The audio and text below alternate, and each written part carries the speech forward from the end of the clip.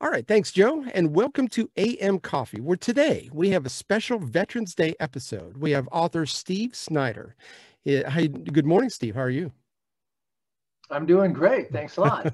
Good to be here. Now, Steve is an author of a book called Shot Down. This book has actually won 20 book awards, and it may be even more since that was written. But if you're a World War II buff, which I would like to categorize myself like that, but I can't say that I know enough to really be considered a buff. Um, but my dad was a World War II veteran, and you know, and I just am interested in that kind of stuff. There's every time I watch something on TV, I learn something new. So you know, I'm building it up a little bit. But if you're a World War II buff, this is going to be for you. And the book that he sells, the hardcover book, actually has 200 time period photos from that era. And it's fascinating stuff. And this is actually about your dad, is it not? Correct. Yeah, my dad was a B-17 pilot during World War II. Yeah, yeah. Well, tell us And how the the book got book goes started. into, What got? oh gosh, good question. Growing up, I knew the basics of my dad's World War II history. I knew he was a B-17 pilot. He was stationed in England with the 8th Air Force. His plane was named the Susan Ruth after my oldest sister, who was 1 year old at the time that he went overseas. And he flew bombing missions over Europe. And on February 8th of 1944, his plane was shot down and he was missing in action for 7 months. But he evaded capture and got back to England. But it wasn't until I retired in 2009 that I really had the time to delve into my dad's war history in more detail. At that time, I had Yeah. no intention at all of writing a book. My parents had kept a lot of material from the war years, and I just wanted to go through all that and organize it and learn more details. And there are a couple items that were really significant. One was a diary that my dad wrote while he was missing in action about his plane being shot down. That's just riveting, which is in the book. And the other were Mm. all these letters that my dad had written to my mother while he was stationed in England before being shot down that she had kept. And I sat down one day for several hours and just reading these letters. And I was just in shock reading these letters because my dad was really candid in what he wrote in these letters. He talks about what Yeah. bombing missions were like, what life was like on the air base, what life was like in London and England at the time, what escapades of him and his crew. And I just became fascinated with the story of my dad and his crew, and it became my passion. And I started reading book after book about the air war over Europe. I went on the internet and spent countless hours doing research, downloading declassified military documents. I went on a quest and found relatives of all his crew members and asked them for any information that they could give to me. I joined a number of World War II organizations, started going to reunions, listening to veterans tell their stories. And finally, 3 years into my research, and I just came to the conclusion that the story of my dad and his crew was so unique and so compelling that it needed to be told and people needed to know about it. So I decided to write a book. That's awesome. That's all. You know, pilots. I knew some pilots when I was in the Air Force. We had a thing called Volant Rodeo, which was a C-130 type show where it was a competition where we had all the allies, the Italians, the Australians, and everybody who had C-130s in their fleet would come to Pope Air Force Base where I was stationed at, and they would kind of do their touch and goes and different things. Everything was scored. It was really kind of a neat thing. But you go to the NCO club that night or while they were there, and you got to meet all these guys. You know, the officers were hanging out at the NCO club because that's where the action was better. But they would they had some of the fantastic stories. I mean, these guys were fantastic storytellers, and I'm sure your dad was probably in that. When you said that, it's like yeah, I get that. Those guys were great. We enjoyed hanging around with them. Oh, that sounds like fun. Yeah, yeah, it was good. It was good. So your dad he told you all these stories when as you were growing up then, or did you not really listen as you were Well, younger? Or like most World War II veterans, he didn't talk about the war much. It yeah, wasn't until 1989 where a memorial was erected in Belgium in the little village of Mackinoise, Belgium, which is right at the French-Belgium border. And my dad yeah, and three other crew members that were still living at the time went over for the dedication. They went in with their wives for the dedication of the memorial.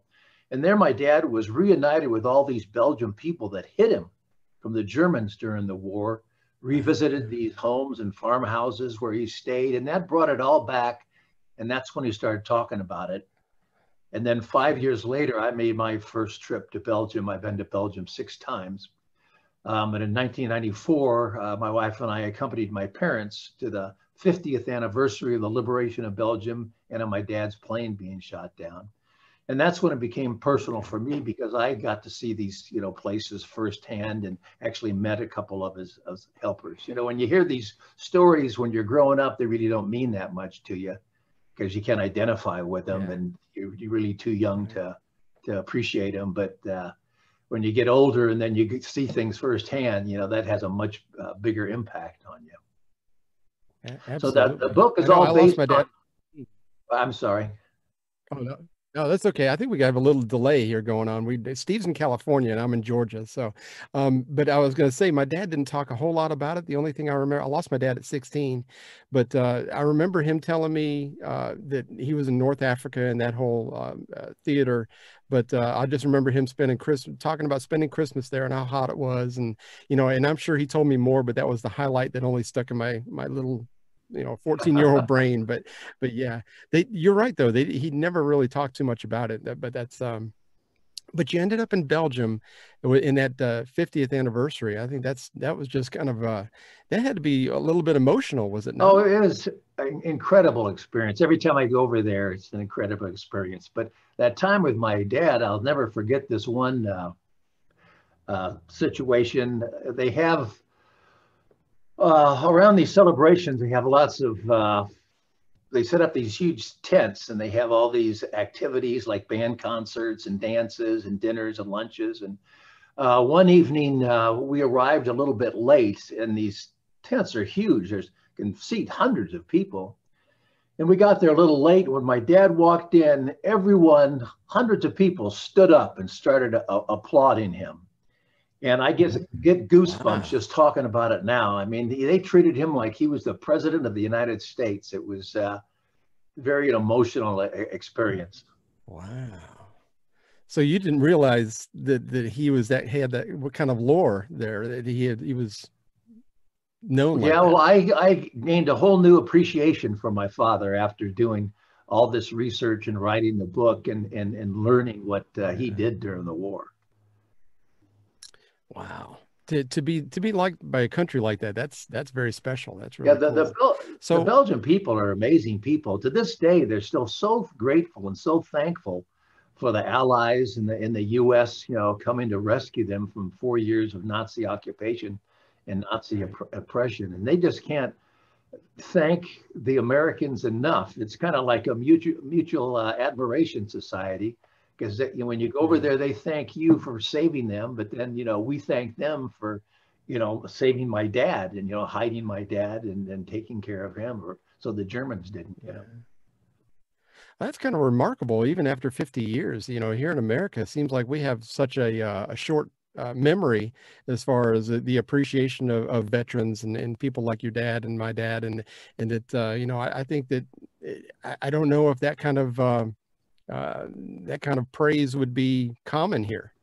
No, well, we've never withstood or had to endure the hardships of those occupied countries in Europe, whether it be the Netherlands or Belgium or France or other countries that were run over, Poland, what have you. They went through the suffering and the loss of all their freedoms. And so they appreciate them. Here in the U.S., we've always had it pretty good, and people lose sight of that. Freedom is not free, and what we could lose, if we hadn't have won that war. Correct. Yeah, we'd all be speaking German. That's right. It'd be completely different lifestyle for sure. So the book is about your dad and one of his missions that did not go well, correct? Right. The first half of the book kind of builds up to the day that their plane was shot down, and then the second half is all about what happened afterwards on the ground. And it's just not about my dad, but it goes into detail about what happened to each member of his crew. B-17 had a 10-man crew. 5 of them survived and came home, but 5 of them did not. And it's also about all the courageous Belgian people that risked their lives trying to help them. And the book is all based on first-hand testimony by the people who were involved in the events that took place, either my dad, members of the crew who survived, relatives of the crew, members of the Belgium underground, those declassified military documents, and even the German Luftwaffe pilot that shot down my dad's plane. So it's all based on first-hand testimony. But the drama really begins when their plane was attacked by 2 German fighters, Focke-Wulf 190s, on February 8th of 1944. It was on a bombing mission to Frankfurt, Germany, where the plane dropped its bombs successfully, but the bomb bay doors got hit by flak, anti-aircraft fire, and they couldn't get them back up. And as a result, that caused a drag on the plane. They lost airspeed and they lagged. They started falling behind the bomber formation that was heading back to their bases in England. So they became easy prey, an easy target for these German fighters who came in and, as my dad said, shot the hell out of them. 2 of the crew members died in the plane, and their other 8 were able to bail out. But both those German fighters were shot down at the same time. One was piloted by Siegfried Merrick. His plane crashed and he died in the plane. And the other was piloted by Hans Berger. And Hans Berger was actually shot down by the gunners on my dad's crew. So they shot each other down at the same time. Oh, wow. He bailed out and made it through the war. And we'll talk about that too, how I found him and interviewed him for the book. But then after those 8 guys that bailed out, they were all at the beginning kind of scattered. In fact, my dad and the plane came down in Belgium, but the other guys who bailed out came down in northern France. So it was right at the French-Belgian border. Okay. And my dad bailed out. He came down into some trees right at the border there, and his parachute got hung up in these branches, and he was dangling 20 feet off the ground and couldn't get down. But fortunately for him, a couple of young Belgian men, Henri Franken and Raymond Dervan, came to his rescue before German patrols arrived. And this occurred in the early afternoon. They told him to stay put and hide until night. They thought it was too dangerous to try to move him during the daylight with these German patrols in the area.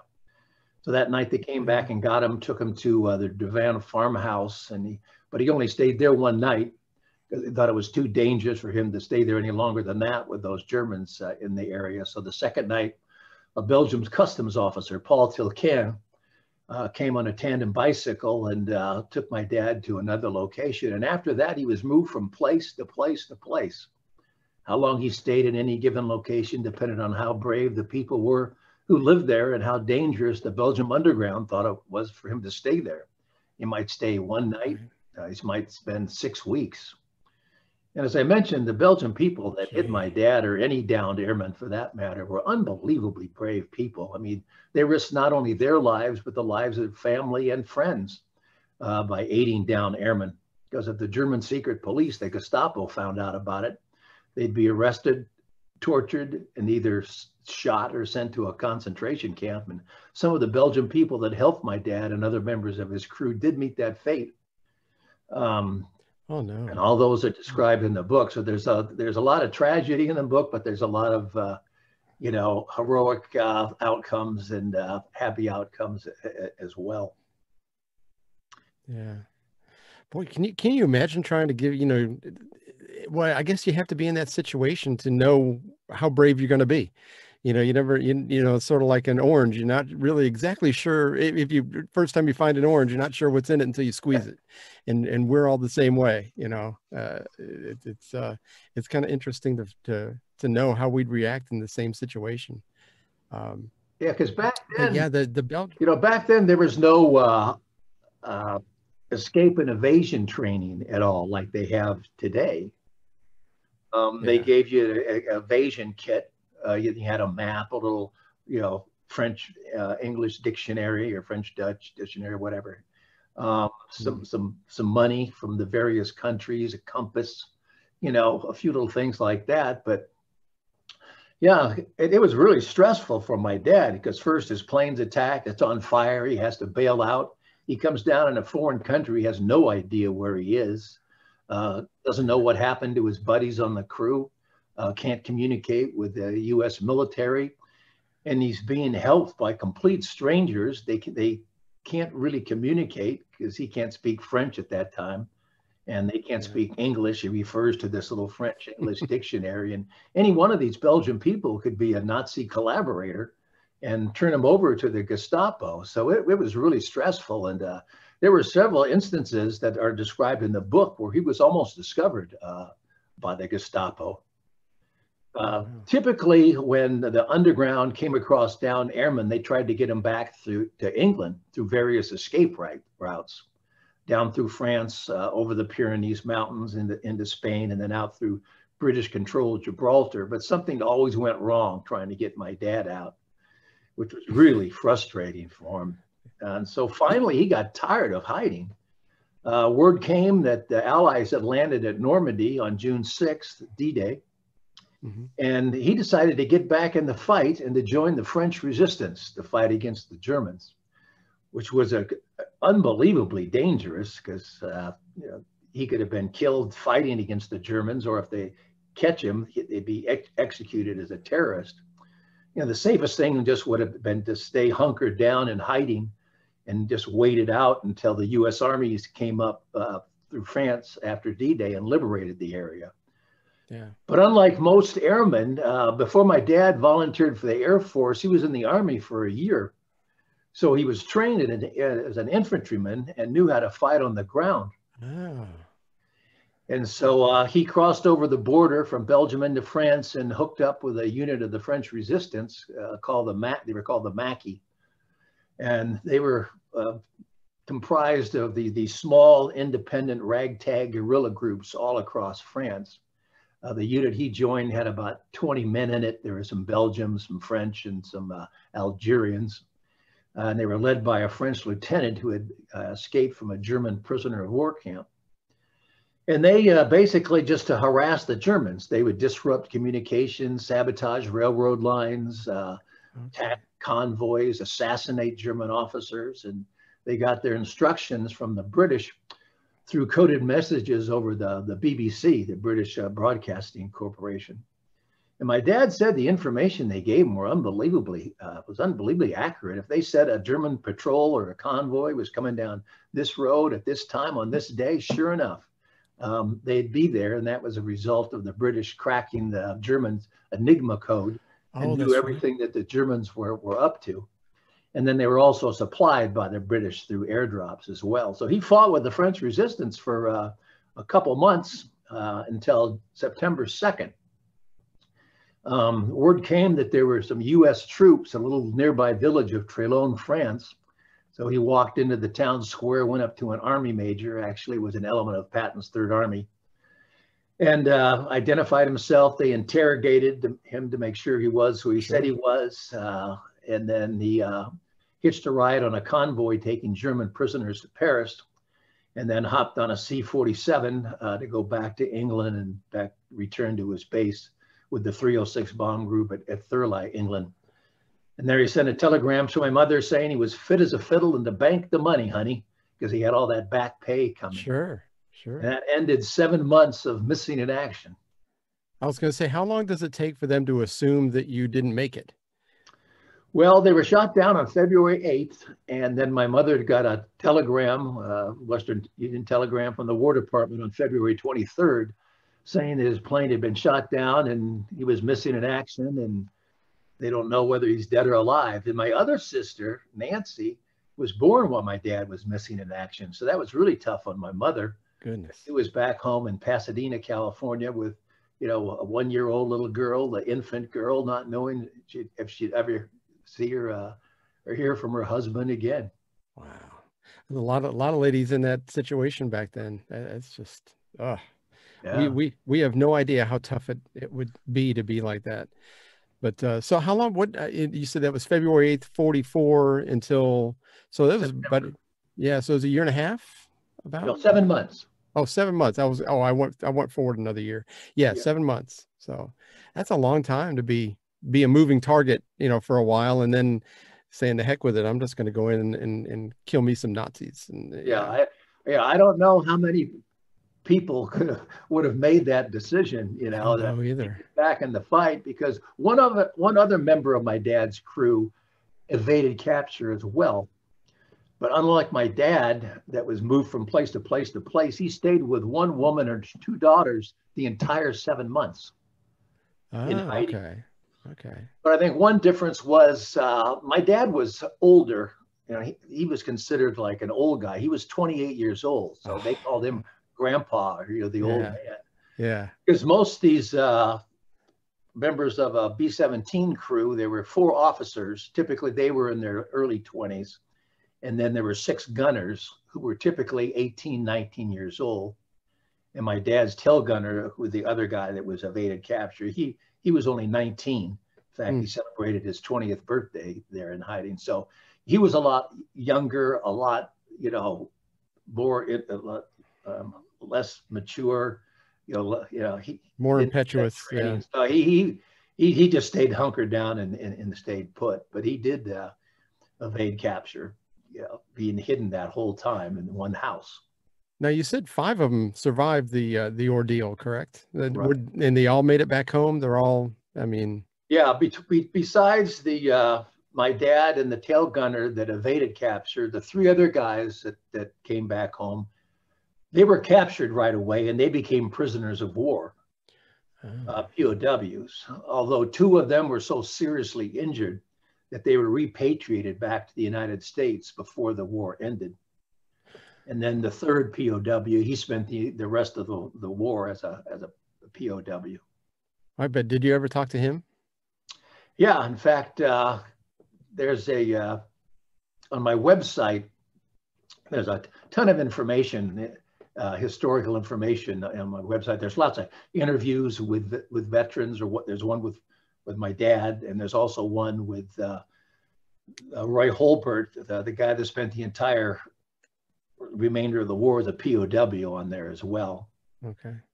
Oh, and just in case you're wondering, it's stevesnyderauthor.com is where all this stuff is at, where he's talking about. So, um, so you did end up talking to the guy that was a prisoner of war, and I bet he had some stories. Yeah, in fact, he was on what was referred to as the Black March near the end of the war, when the Russians were coming, into Germany. Most of the prisoner of war camps were in what was Poland. And so they started evacuating all these prisoner of war camps because the Russians were coming. And so they were moving all the prisoners west, back toward into Germany.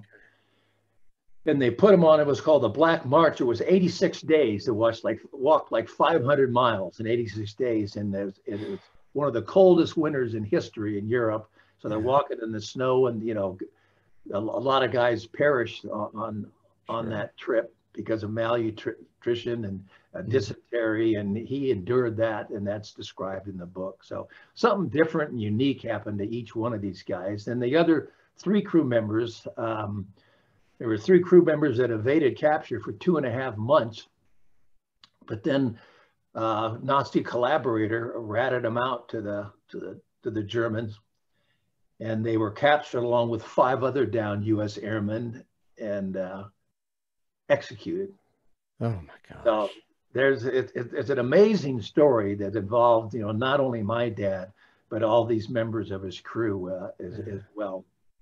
So your dad during that whole ordeal never ran across his guys at all, or any of the, yeah, it was just, it's, you got to feel so alone. I can't even imagine. Like you said, in a So country you didn't know the language, you don't know anybody, and you don't know who to trust. I mean, it's got to be incredible.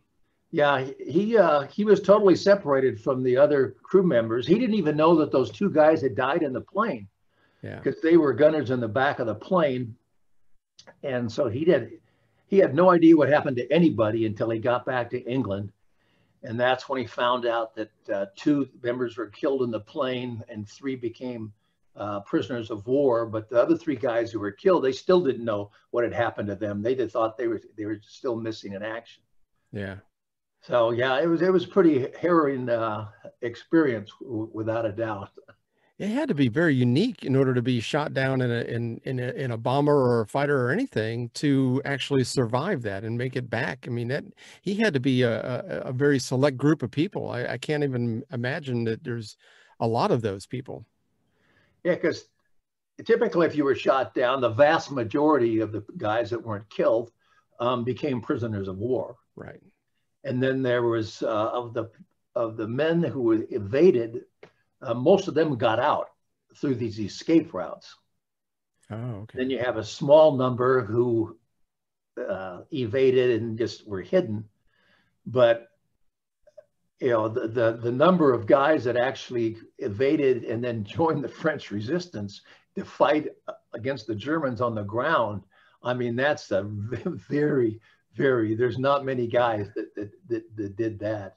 No, certainly not. Yeah, and there's a number of encounters that his resistance group had with the Germans that are described in the book, and a couple of my favorite or cherished mementos that my dad brought back is a Spanish llama handgun that he carried with him while he was fighting with the resistance, and a belt that my dad took off Waffen SS tank sergeant when they attacked a convoy this one time. So it's exciting stuff. Yeah, yeah.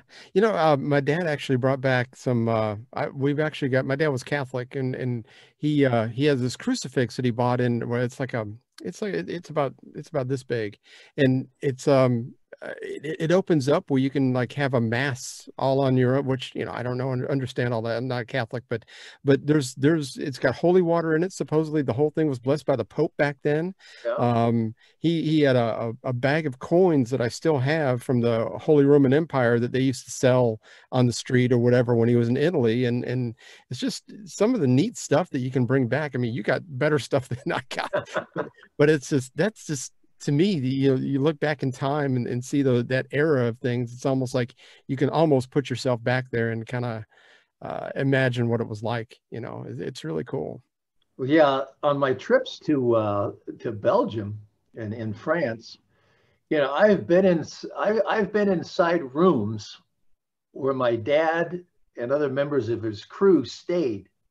So, I mean, when you go in these houses or buildings or, you know, homes, farmhouses, and you're right there inside where this history took place 75 years ago, it's pretty incredible. I am so fortunate and so blessed to know so much about my dad and his crew, and have been able to go and visit these locations where all these events took place.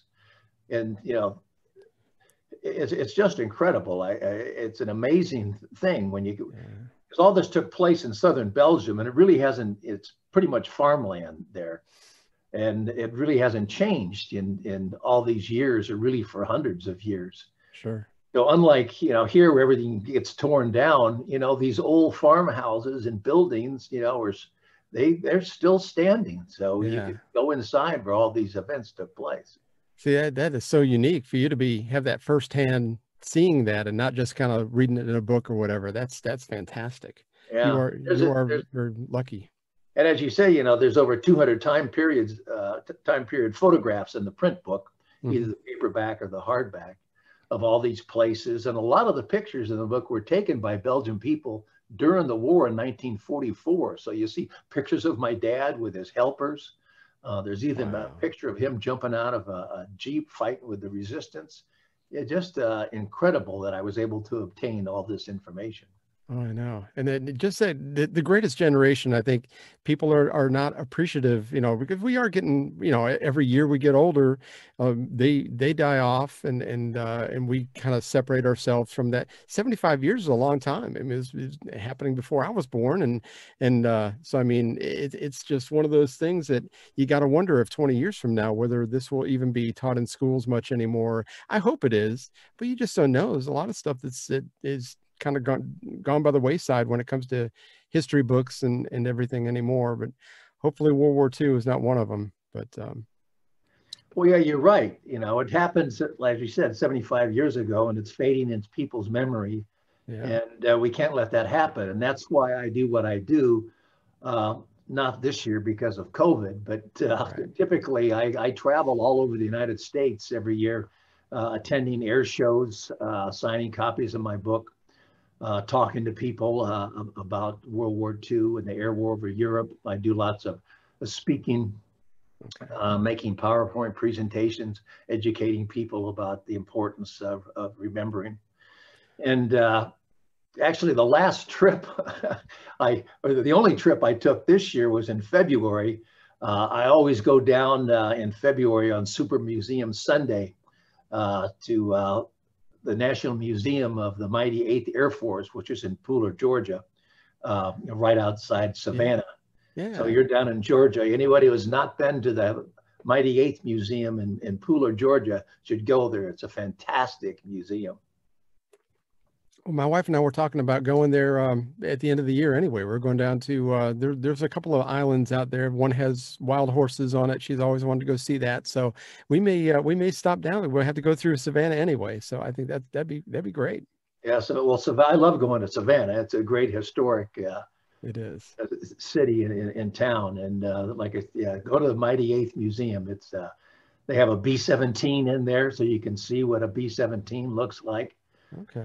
and they have wonderful exhibits about the air war over Europe. They have one about prisoners of war. They have one about escape and evasion. It's really, really educational. Well, I really hope people don't forget. I think that I'm grateful for people like you that are still out there kind of pushing this history and making sure that people don't, keep it in the front of their minds that this is something that we don't ever want to repeat session of this. Even just how Hitler kind of gained control and kind of got people to think his way, and it's just it's kind of scary. I could see sometime in the future, our minds aren't as sharp as we like to think they are, and people, can be led very easily, and history always repeats itself. So, Hitler's tactics probably won't be any different. It's right. They say that for a reason, that if you forget history, it's going to repeat. Yeah. And people, especially the younger generations, they've been brought up in the United States, can do anything they want to do. Basically, they have these freedoms and just take them for granted. Yeah. And that's a dangerous thing to do, to take your freedoms for granted. Absolutely. Because all of a sudden, they gradually fade away, and then all of a sudden you're sitting there going, well, what happened? And it's through apathy and not paying attention. I try to take the opportunity every chance I get, because my wife and my son buy me veteran shirts and stuff, and it's nice, and I wear it, and sometimes people will stop and thank me for my service, and it's like, I have to tell them, it's like, look, when I served, I was under between Reagan's first and second administration. The whole world was deathly afraid of the U.S. I was in a great time. So I mean, I can't take credit. I took care of radar and radios and stuff for an air traffic control tower. It was a job. It really wasn't bad. When I was in, it was very easy. So I mean, even the guys serving today, and the guys who served back then, I mean, when you have the unrest in the world, that makes things a whole lot different than when I was in. And I try to educate that. It's like, look, there've been times in this world, and gratefully I was in during that time, where things were peaceful. And right now we're relatively peaceful, but it doesn't mean it's always going to be that way. Exactly. A lot of people lose sight too that when World War II started, or before World War II, the world was a totally different place. The United States was a completely different country. Yeah. Today, most people live in cities. Back then, the U.S. was very rural. Most people lived out in the country, on farms. A lot of these young guys, they'd never been away out of their home county. Right. Never been away from their family, never been away from their mother, just out of high school. Yeah. And all of a sudden, bam, they're halfway around the world fighting a war. Fighting a war they probably didn't even understand. No, back then, there was no no internet, no social media, no TV. No And the, 24-hour news cycle, none of that. the only news they ever got is in a magazine, which would be, way outdated, Yeah, or reading the newspaper or the radio. So, people's knowledge of the world and what was going on was very limited compared to what people know today. You had just, if something happens halfway, on the other side of the world, you know about it instantly. sure, So sure. it was a totally different time. And I remember seeing a video of they were interviewing people. I think it was in New York City from the accent, but they were asking him. It was in 19, I think it was in 1939 when they were going around man on the street type thing. What do you think about what's going on in Europe and Germany trying to take over? And most of the response that was in the video, most of the respondents said, "Oh, what happens over there is irrelevant to me, and whatever. I just worry about my day to day." And we do, and I've been guilty of this myself. I've thought about that too. When there's unrest in the Middle East, I think about, that doesn't really affect us, but and we also, there's got to be a balance. We can't be the police of the world either. So it's like, what do we get involved in? What don't we get involved in? And I think that's been a struggle for the United States leaders for a long time. And it's probably why FDR took the whole Pearl Harbor thing in order to get involved. Yeah, absolutely. Yeah, prior to the war, like he said, the majority of the U.S. wanted to stay out. They didn't want to Yeah. repeat World War I. They didn't want to get involved. But once Pearl Harbor hit, the country really rallied. Yeah. And, not only the millions of men that served in the military, but, everyone in the country united and helped with the war effort. Either, all the women going to work in the factories, or little kids, saving tin or, rubber, or what materials you had for the war effort, all the victory gardens, growing your own vegetables and things like that. Even as little as women donating their nylons. I remember that being a thing. Yeah. Yeah, yeah. So yeah, it would be great. You almost hate to hope something like that would happen, but it's one of those things. It would be so great to see in this such a divided nation that we live in right now politically. Wouldn't it be great if we all had some kind of almost common enemy, to where we could all kind of unite and move forward with? And I don't know. I think you're right though. We've had it so good for so long that we've kind of lost track of all that stuff. Yeah, yeah. They were the greatest generation. They not only Absolutely. endured the war, they went through the Great Depression. They knew hard times. Sure. People today really don't know hard times. No, no. Yeah, No, if they're not going out to eat 2 or 3 times a week, they think they're on hard times. So yeah, yeah, I know. yeah, yeah. With your fancy cell phone or Yeah, what have you. yeah, yeah. Yeah. We could go on and on about that one. But now you interviewed for this book, though. You interviewed a lot of those neat people over in Germany and in Belgium. You had a couple of very interesting ones specifically, did you not? Yes. And the most significant was Hans Berger, the Luftwaffe pilot that shot down my dad's plane, and the gunners on my dad's plane shot him down. When I was doing my research, it never even dawned on me to try to find the Luftwaffe pilot. All the military knew, all that my dad knew, is that his plane was attacked by 2 Focke-Wulf German fighters, and that's all I thought I'd ever know. Because I just assumed that Hans was probably killed during the war, or whoever the pilot was that shot my dad's plane down was either killed during the war. It's 70 years later, or if he survived, he's passed away by now, and I can't speak German.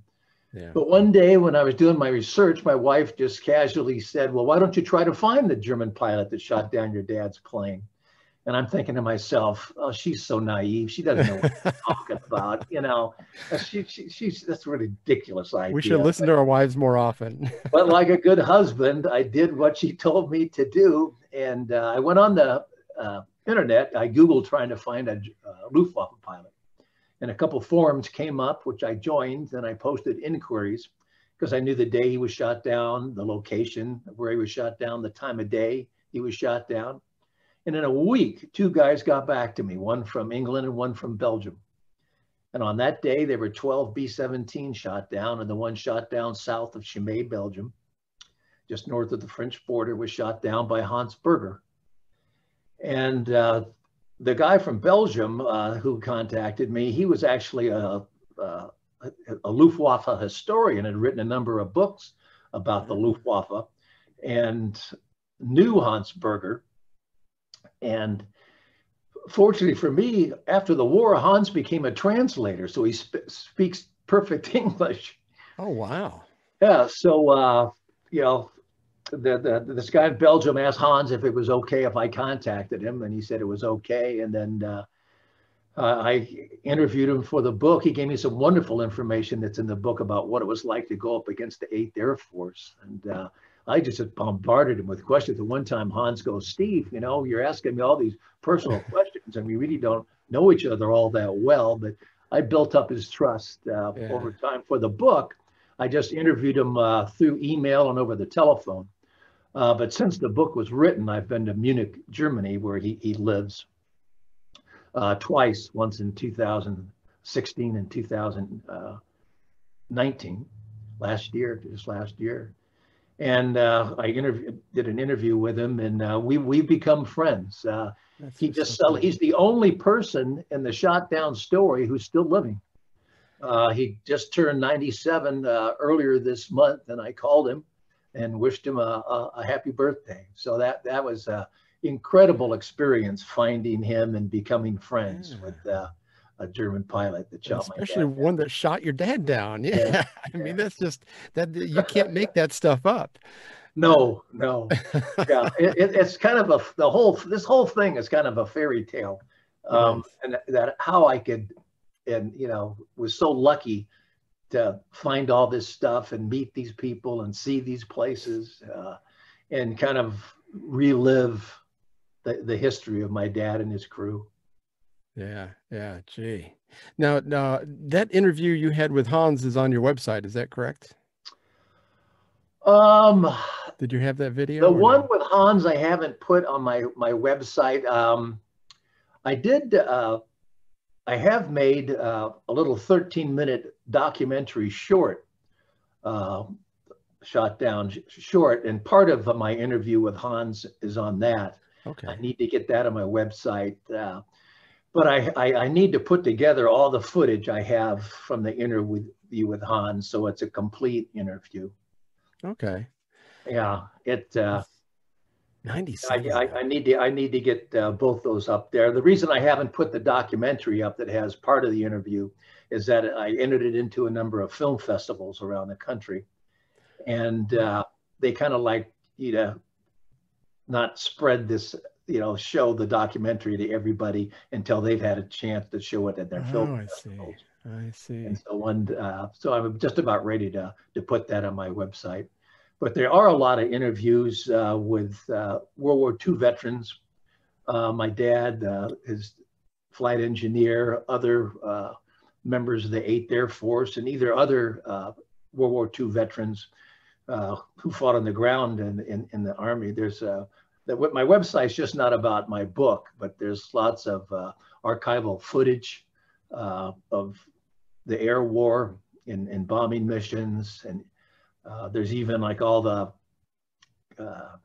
12 o'clock high TV series shows on my website, and a lot of research information. So somebody who's interested in World War II, especially the air war over Europe, can gain a lot of knowledge about it by going on my website. I think you had told me before that the Germans had and this is maybe I got this from your website, but the Germans had a thing where they, after the Americans would go back to Europe when they were crossing the English Channel, they would kind of hide and hit them as they were coming back. Was that you that was telling me that story, that they had a strategy to get the guys after they were coming back after a bombing run? I'm not sure what you mean. Maybe not. Maybe not. There was a over the English Channel. There was, and maybe I read it somewhere. Maybe I dreamed it, but I could have swore it was you. But there was the Luftwaffe would watch and find these guys. I don't know how it was, but they would kind of get them as they were coming back towards England, towards going, but maybe, like I said, maybe I read it somewhere else. I don't know. But the Germans had some pretty good, for all of Hitler's craziness and flaws, he was probably a pretty good war genius when it came to taking over places. He knew what he was doing. Well, at the beginning, and then once he took over the military, and didn't trust his generals and fired his generals, and that was one of his main downfalls. He made a lot of huge blunders. Well, he was losing his mind there towards the end. The war could have ended differently if he hadn't made the mistakes he did, fortunately. Yeah. Well, I think he may, maybe it was just power hungry. I think there was also some mental illness. There was all kinds of stuff going on with him. So yeah, he was crazy, all right. He was a maniac. Yeah. But I mean, he knew what he was doing when he was, talking to his people and getting people on his side, just the whole thing that happened in Poland too. I just happened to read something. I actually was on there's a TV show called Where in the World, I think it's called. And they take these satellite images and they find anomalies in the fields or whatever. And so they try to figure out what is going on there. And one was in Poland, where they would go through the Polish military right now goes through and finds undetonated bombs that had been put out there or dropped, and they have to go and wire them up and detonate them. And they were 75 years old. And it's just, to me, that was just fascinating. My wife was over there just like, yeah. But man, it's just, I love watching that, because it was just like, it's a piece of history that I think that another way we can keep this in the forefront of people's minds. Yeah, they find unexploded ordnance all the time in Europe today. I wish I could think of that movie right now, but it's a really interesting movie about after the war ended, and I forget what country it is, if it was the Netherlands or Norway or someplace, where the Germans had planted all these mines on these beaches.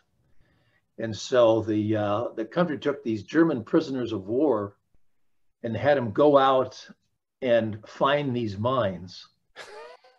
And, all these German POWs, I mean, they were getting blown up.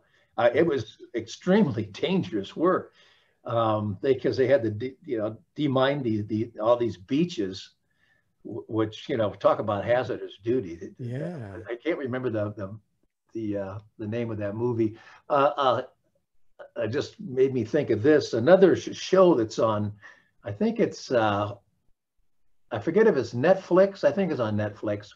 It's called Man in the High Castle. And it's a series based on Germany and Japan winning the war.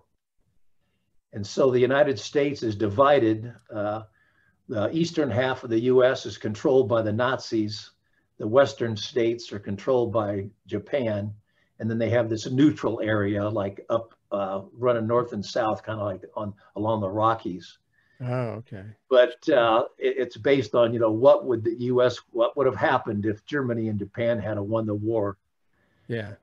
It's pretty interesting series called Man in the High Castle. Well, I just wrote that down. We're going to have to try to check that out. So that shows you what life would have been like simulated, sure, if we hadn't have won the war.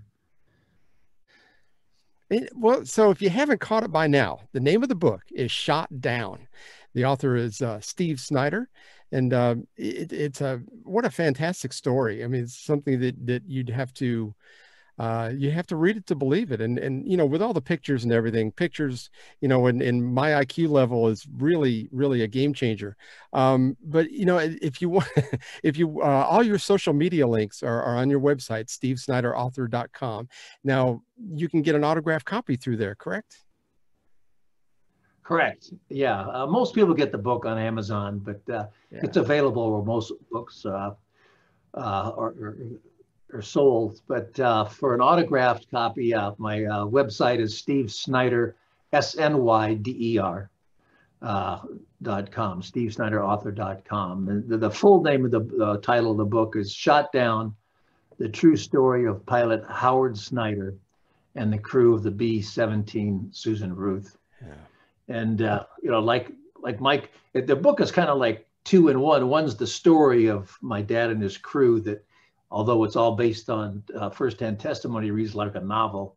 Yeah. But what I added was just a lot of historical information and anecdotes about and surrounding the war to put it into context and give it the background. So it's kind of like almost a novel and a history book wrapped into one. Like I said, if you're a World War II aficionado, a buff, whatever you want to call it, man, this book is for you. There's a lot of good stuff in here, and I think all of us ought to at least be interested in what happened 75 years ago, because it really did change the trajectory of the world that we know of. And yeah, it's a great book, and it's a great history book, something you want to get your hands on and go through. Like I said, the pictures mean a lot to me, because you can actually immerse yourself what it may have been like, and I'm sure it's not even scratched the surface of what it's actually like. So but yeah, so don't forget to go, if you want an autographed copy, stevesnyderauthor.com, and if you want to email him, it's steve@stevesnyderauthor.com, and that's SNYDER. So Steve, I appreciate you being on for our special Veterans Day edition of AM Coffee. It was a pleasure, sir. Well, it's my pleasure. It's good to be on, and nice talking with you. And it's our duty to remember. Yes, sir. Yes, sir. And don't forget to connect with us on social media. Our links are on the website, amcoffee.us. And we've made it pretty easy for Facebook, Instagram, and Twitter. It's just their main website /AM Coffee Podcast. So until then, I will see you. We'll actually upload another one on Friday, so hang in there. And this is a special edition. So have a good day. Thank you very much. See you next week. Thank you.